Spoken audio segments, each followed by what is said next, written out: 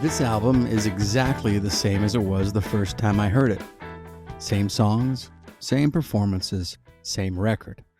But somewhere along the way, I became a different listener. Hey, everybody, and welcome back to Dave's Side One. I'm Dave, your host, who's learned that sometimes you don't outgrow a record, you grow into it. Over here at Art of Listening Records, where every record has a story, and every story starts on Side One. Today we're talking about an album that became more meaningful to me over time, and that's Chicago 6 by Chicago. Now, some albums make their case immediately. The first song starts and you know you found something special. The hook is obvious. The energy is immediate. You connect with it before you have time to explain why. Other albums work differently. You like them. You may play them often. You may even think you understand them. But years later, you return and realize the album had been giving you more than you were ready to receive. So as we do, let's explore this by taking a walk down Dave's memory lane. This is how Chicago 6 has worked for me. I appreciated Chicago. I understood the appeal of the band. I heard the horns, the melodies, the voices, the rhythm section, and the blend of rock, pop, jazz, and soul. But when you're younger, it's easy to listen primarily for the part that grabs you first, the chorus or the guitar, the vocal or some obvious moment. And sometimes what makes an album last is happening underneath all of that.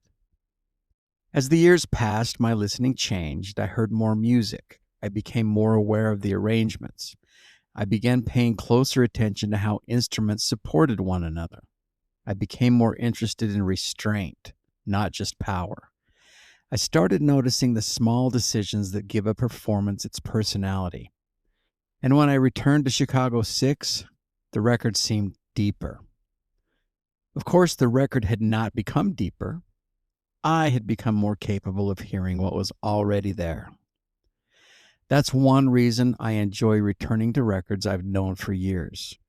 There's no pressure to decide whether I like them. That question has already been answered. Instead, I can ask a different question. What do I hear now that I didn't hear then? Maybe it's a harmony. Maybe it's the way the horns enter and leave the arrangement. Maybe it's the relationship between the rhythm section and the voices. Maybe it's simply a mood that means more at this stage of life than it did before. The album becomes a mirror. It shows you know your own listening has changed. We spend a lot of time searching for the next record, the next purchase, the next discovery, the album we've never heard. That's one of the joys of collecting. But discovery doesn't always require another record. Sometimes it requires taking an album you already own off the shelf and giving it your full attention once again. A familiar record can still surprise you. Not because something new was added, but because you brought something new to the listening experience. I would never want to hear music exactly the way I did decades ago. Those early reactions are valuable and they're honest, but they belong to that moment. And I'm grateful that listening continues to evolve. Chicago 6 reminds me that an album can remain part of your life without remaining frozen in the past. The record stays the same, but the relationship keeps growing.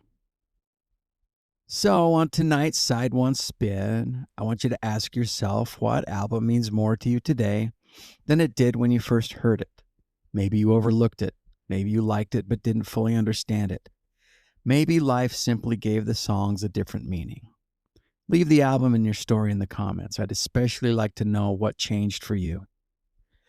Well, that's it for today's Side One. Thanks again for spending some time with me. And please, keep that needle in the groove. We will talk to you tomorrow when I take you back to Salt Lake City and a record store that helped change my musical life, Smokey's Records. Talk to you tomorrow.